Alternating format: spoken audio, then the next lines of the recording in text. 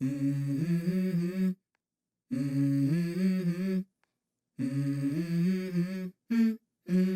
go.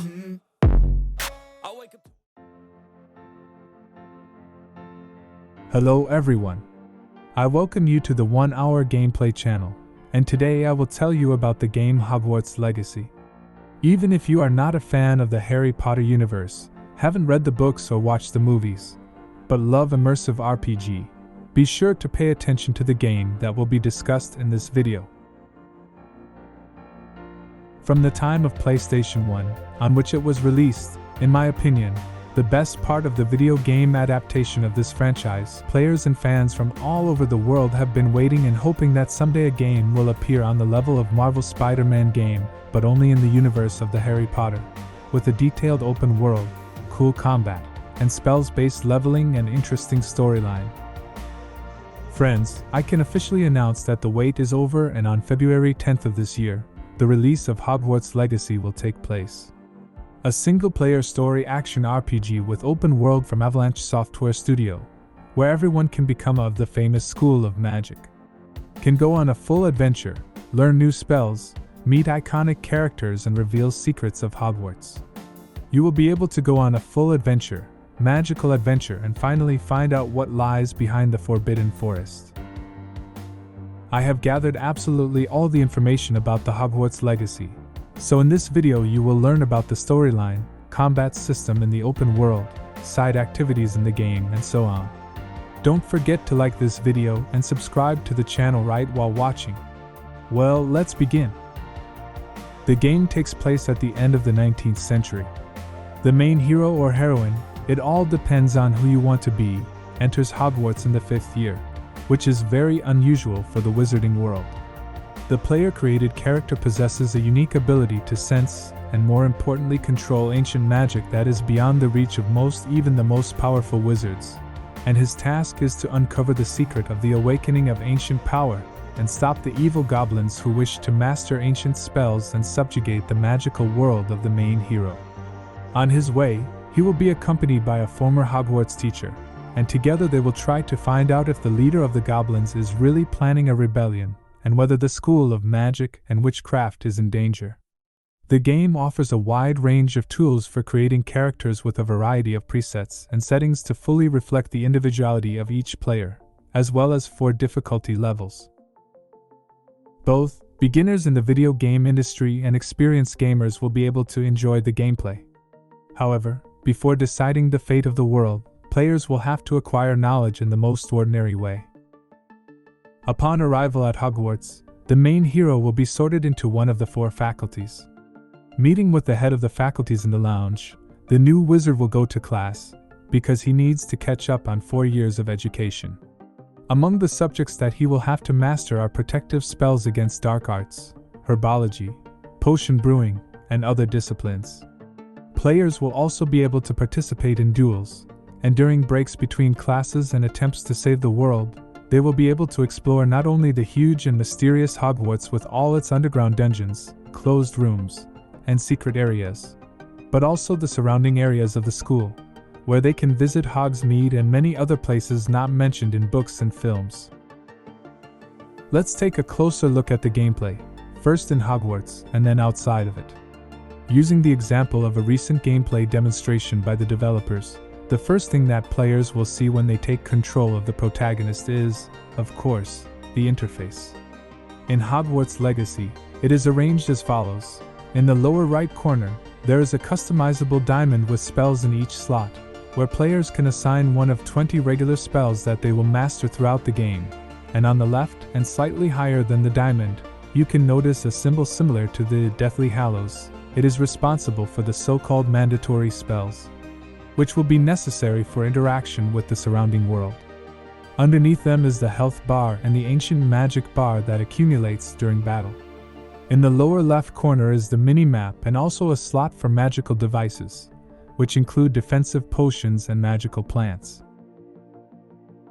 The next thing that I personally noticed is the huge amount of information about the game world, its history, culture and traditions that overflow to players literally from every millimeter of the game world. In this demonstration, the developers showed what the Hufflepuff common room looks like, if it was only mentioned in books and in the game, it is recreated as close as possible to how J.K. Rowling described it. In general, the visual component of each faculty is based on one of the elements: Hufflepuff Earth, Ravenclaw Air, Slytherin Water, and Gryffindor Fire.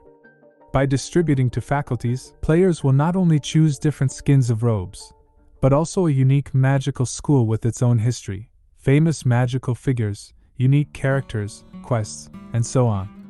After leaving the common room, the developers showed the mechanism of discovering secrets using the Revelio spell, and in this case, players can find a page with a so-called Wizard's Field book. Pages from this book are scattered throughout the game world and contain pieces of history, culture, and traditions of this universe. However, when they are found, players will not only close gaps in magical knowledge, but also earn experience points.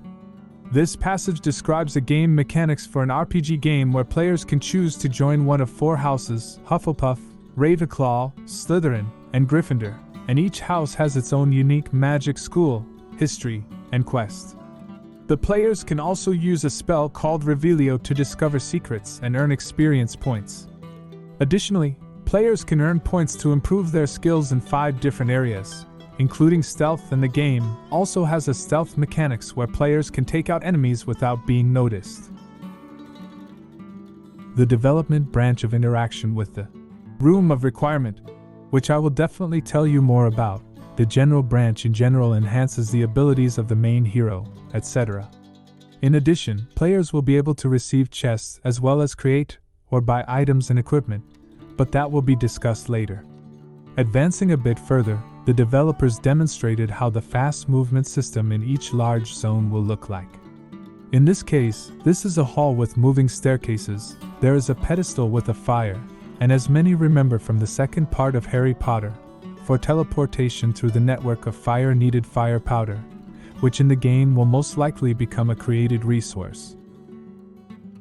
After passing through the famous Common Hall and into the equally famous Courtyard, and crossing the Flying Bridge, the developers emphasized that their Hogwarts, and the entire vast territory around it will be seamlessly connected, and players can get to any noticed on the horizon.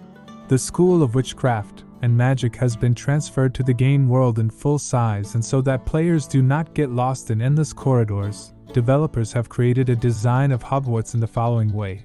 The central place where all directions converge will be a large hall, and from there the main hero will be able to get to the greenhouses, the transformation hall, the library, or for example to the garden, where developers showed the mechanics of interaction with NPC with the possibility of choosing several options for answers. At this point, the degree of nonlinearity of Hogwarts Legacy is unclear, but according to the developers, the choice of answers will have consequences up to different endings of the game. A student suggested that the main hero should find flying keys, which are probably similar to those from Philosopher's Stone, with which it will be possible to open secret rooms throughout Hogwarts, to find interesting things there. Proceeding from the garden to the defense against the Dark Arts Tower, the main hero meets a first-year student whose classmates have stolen all of the polyjuice potions necessary for the eponymous board game. The protagonist agrees to help the girl. However, the board game itself will not be presented in Hogwarts Legacy, as well as other similar mechanics like magic chess. The developers have stated that they had to sacrifice many such mechanics in order to release the game on time. Perhaps that's why they also decided not to implement Quidditch. Something tells me that Hogwarts Legacy is going to be a huge success, and all the things mentioned above will be added either in DLCs or in a full-fledged sequel. As for the learning system in classes, despite the game having a day and night cycle, lessons will be part of missions in certain episodes, meaning no system of tardiness or anything, and the game will be divided into chapters that will probably be tied to the time of year. However, in addition to mandatory classes, there are also side lessons where players can hone their already learned spells and skills, learn new ones, and get to know the professors and other students better. When exploring Hogwarts and showcasing various halls and corridors, the developers emphasize that there is not a single identical room in Hogwarts. Almost every wall, step, and other decor elements have their own individuality. According to the developers, this was achieved by using a unique algorithm that randomly generates different rooms and locations. This is necessary in order for the School of Witchcraft and Wizardry to feel like a huge, unified organism infused with centuries of history and magical secrets. The last location in the Hogwarts Legacy gameplay demo was the chapel, where the Dueling Club was located. Naturally, a series of side quests are associated with it. However, the most important thing is that here you can fully study the combat system offered by the game. Returning to the interface, it is necessary to mention the R2 button in the center of the diamond, and with a single quick press of this button a basic shot occurs. When holding down the trigger, a submenu appears with a square, triangle, circle and cross to which certain spells are assigned. As you progress through the game, you will be able to create up to 5 spell circles. Switching between them is done by pressing and holding the R2 button in order to have the ability to use all 20 spells in one battle. The same spell cannot be cast multiple times in a row, as each spell has a recovery counter, and in addition to offensive spells, there are also defensive spells. Both the main character and the enemies need to be attacked with a certain type of magic, depending on the color of the enemy's aura. Against purple barriers, spells with purple backgrounds are used, against red with red backgrounds, and so on. In addition, players can reflect attacks from enemies by pressing the triangle button when a silhouette resembling a spider's web appears above the protagonist's head. If the triangle button is held down at this moment, the protagonist automatically recites the spell, Stupefy, against the attacking enemy. In addition, players can throw various small objects, such as barrels located nearby. Overall, the game, including the combination counter and special scale of finishing attacks, actively motivates players not to get stuck on the same moves, be attentive, and always be moving. With that, the developers finished the demonstration of the interior of Hogwarts and switched to even more intriguing elements of the game. Movement in the world is truly unrestricted, however, for example, with the broomstick the fastest means of transportation, according to developers, there is a scale that decreases as it gains altitude, and when it runs out, it simply presses the player to the ground. But this is not a problem, as broomsticks can be purchased, upgraded and changed in appearance in a specialized shop in Hogsmeade, the only village for wizards in England. In addition, the main character will be able to use flying magical creatures such as hippogriffs and thestrals for movement. And once we have talked about magical animals, I will quickly tell you about the Room of Requirement, where the aviary for various captured magical creatures is located. Room of Requirement is essentially the main character's personal base located within Hogwarts, which is a fully customizable space where players will be able to grow plants, brew potions, create various equipment, and of course keep magical creatures. Using special resources, the main character is able to create a large number of items, both useful such as textile machines and plant beds, and decorative. Recipes for creating items can be found during the game's world exploration, and they can also be purchased from merchants in Hogsmeade. On the weaving machine, it is possible to create equipment items presented in the form of clothing and accessories that improve the main character's characteristics. Over time, the space of the Room of Requirement will expand and new possibilities will appear. For example, you will have access to adjust your equipment, giving it any status effects. Special resources are needed for all such actions. This will be helped by the mechanics of taming magical creatures. In the special breeding farm, access to which is also carried out through the Room of Requirement, some animals will only be found in plot missions, but most live in the vicinity of Hogwarts.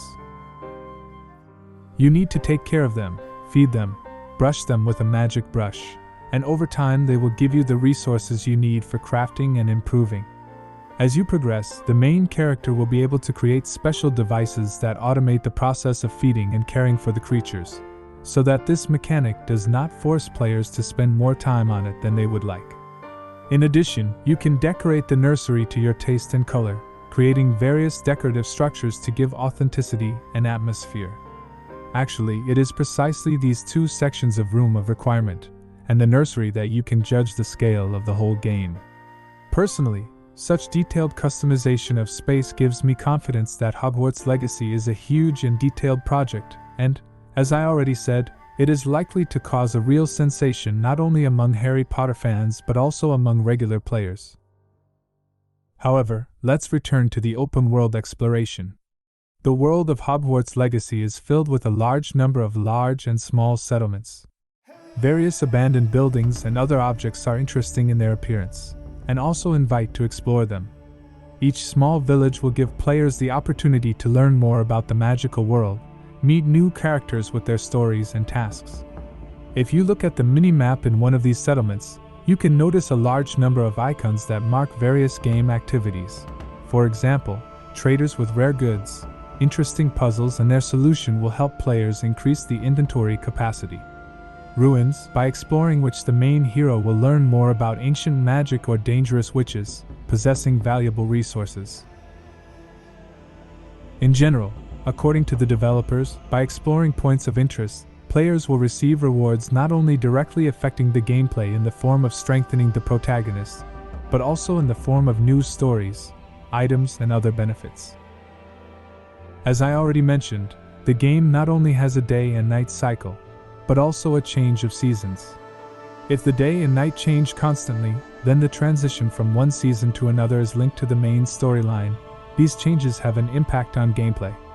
Specifically, some locations are only available at night, and certain characters can only be met during the day. However, there are no survival mechanics related to this, such as not being able to stay outside for long in the winter in Hogwarts Legacy. Speaking of enemies that players may encounter on their journey, the magical world is full of both ordinary dark wizards and wicked goblins, as well as various hostile magical creatures. In the dungeons, undead and other enchanted monsters reside. In the sky, dragons fly, and on the ground, various aggressive animals attack travelers. Enemies also have their own level, which is ranked depending on the place of residence. So although the game world is truly open, some places are simply not accessible until the main character becomes strong enough to overcome all difficulties. The last element demonstrated by the developers is the battle arena, where players will be able to fight against waves of enemies. Here it is worth stopping to pay attention to the ancient magic scale that allows the main character to perform powerful finishing spells.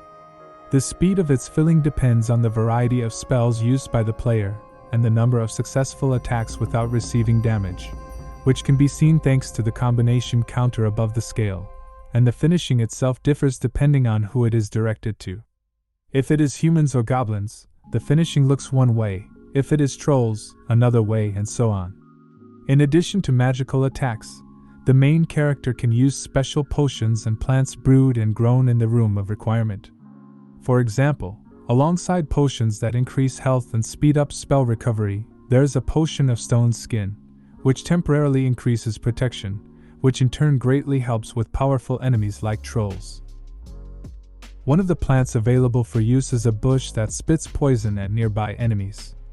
Particular mention deserves the so-called unforgivable curses, which are the most terrible crime that one wizard can commit against another. There are only 3 of them: Imperius, a spell that gives the ability to control another creature, Cruciatus, a spell for torture, and Avada Kedavra, an instantly killing spell for all living things.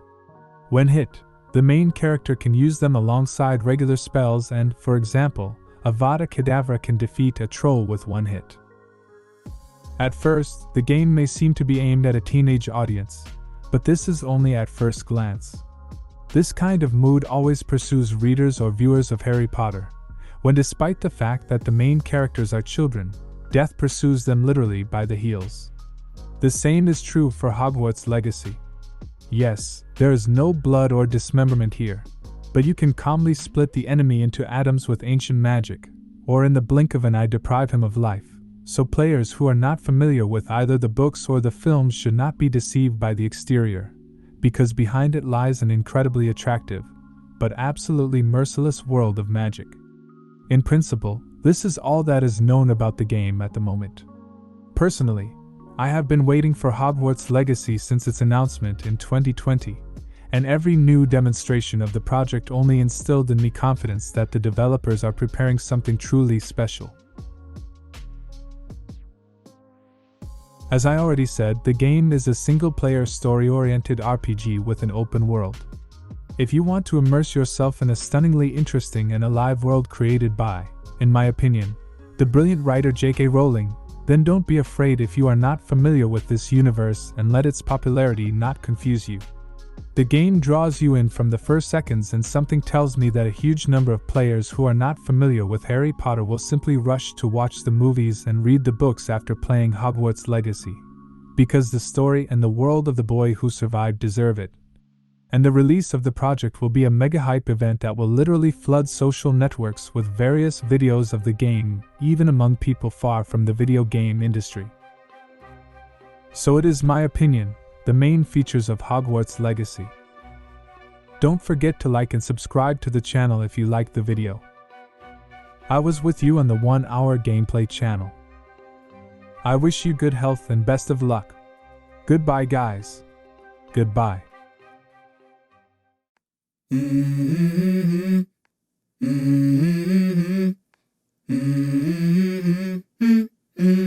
go.